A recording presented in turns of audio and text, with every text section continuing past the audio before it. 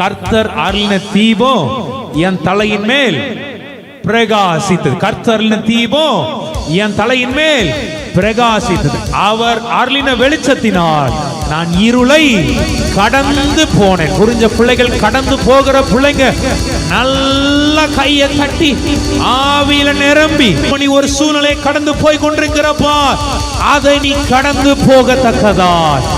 இப்போ நீ மனுஷன் உன் தலையின் மேல ஏறி போய் கொண்டிருக்கிறான்பா, அதை கடந்து போகத்தக்கதாய் உனக்கு முன்பதாய் எல்லாம் பெரிய செங்கடலை போல இருக்கிறதானே, அதை கடந்து போகத்தக்கதாய்.